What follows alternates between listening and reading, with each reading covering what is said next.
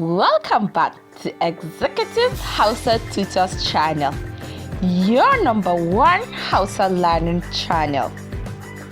Today, we will learn slang and expressions commonly used by young people in Hausa.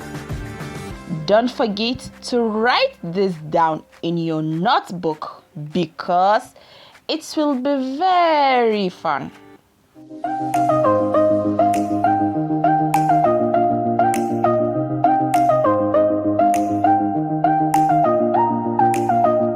Now, let the lesson begin.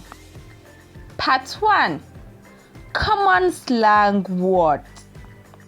Baba, used to refer to a respected person. Fada literally means fight, but young people use it for argument or disagreement. Gwani, cool or skilled. Kai, wow or surprise expression. Next, part 2. Common expressions. Kai ne fa.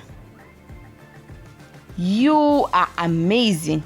Oh, you got it. Zapapa. Something intense, exciting, or trendy. Yanzu ne. Now it is time. This is used to encourage action. Na taya ka. I support you. Oh, I am with you.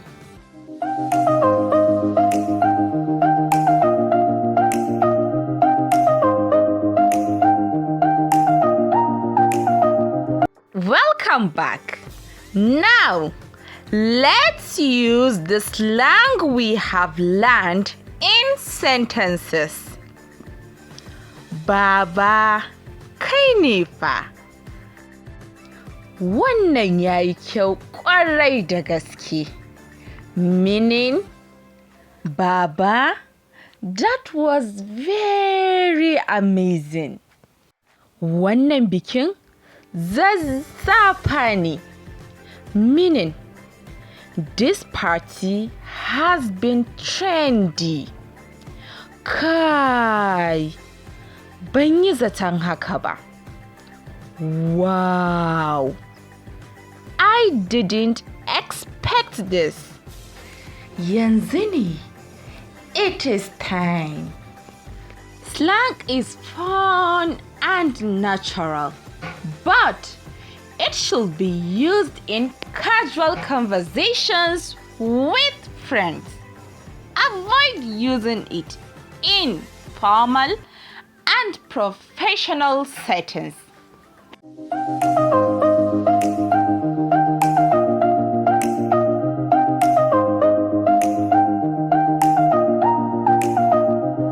Now, let's practice some more Hausa slang words and expressions. Number 1. Wallahi na gaji. Meaning, I have had enough. Kai, gaskiya kayi ƙoƙari. Meaning, oh, you nailed it. Number 3. Na shiga uku. Meaning, I am in trouble. Number 4. Kai dai ka huta. Meaning, just relax. Number 4. Yaron nan dai yana da swag. Meaning, that guy is very stylish. Number 6. Wannan abu ya burge ni sosai. Meaning, this thing really impressed me. Now, let's practice some more slang words in sentences. Kai mai gida, meaning, hey boss. Number 2, wannan ya bani mamaki, meaning, this have shocked me. Number 3, kai wannan ba ƙaramin abu bane, meaning, this is a big deal. Number 4, ya ci gaba da gwadawa, meaning, he should keep pushing.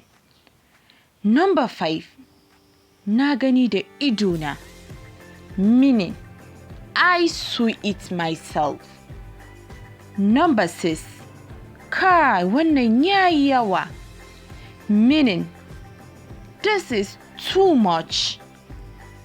Number 7, mu bi a hankali, meaning, let's take it easy. Now, let's practice some more expressions.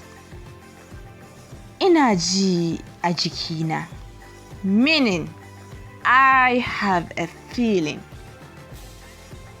Ka gane ko? Meaning, you get it right? Ai shi kenan. Meaning, all right then. Ka sani fa. Meaning, you already know. Wannan dai labari ne. Meaning, that's a story. Now, let's practice some slang and expressions used in the market. Boss, ka rage min mana. Boss, reduce the price for me. Wallahi, wannan farashin yayi tsauri. Honestly, this price is too high. Ka bani na gwaji mana. Give me on to try. Wannan farashin na ƙarshe ne? Is this the final price? As we are learning, don't forget to write all this in your notebook. And also, make sure you practice this with friends. Kayan nan na asali ne. This product is original. Ai ka sani, kasuwa ce. You know, it's business. Lastly, let's practice some funny slang and expressions. Ka tsaya a nan kamar an dasa ka. You are standing like a statue.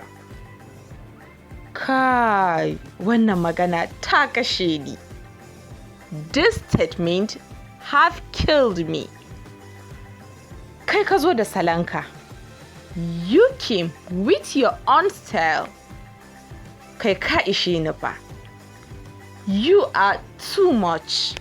Now, practice these slang words and expressions to sound like a native young Hausa speaker. As you practice, don't forget to subscribe, like, and share this video to help more learners discover our journey. If you need any private Hausa lesson or any other Hausa services, please reach out to Executive Hausa Tutors page directly. See you next time. See you anjima.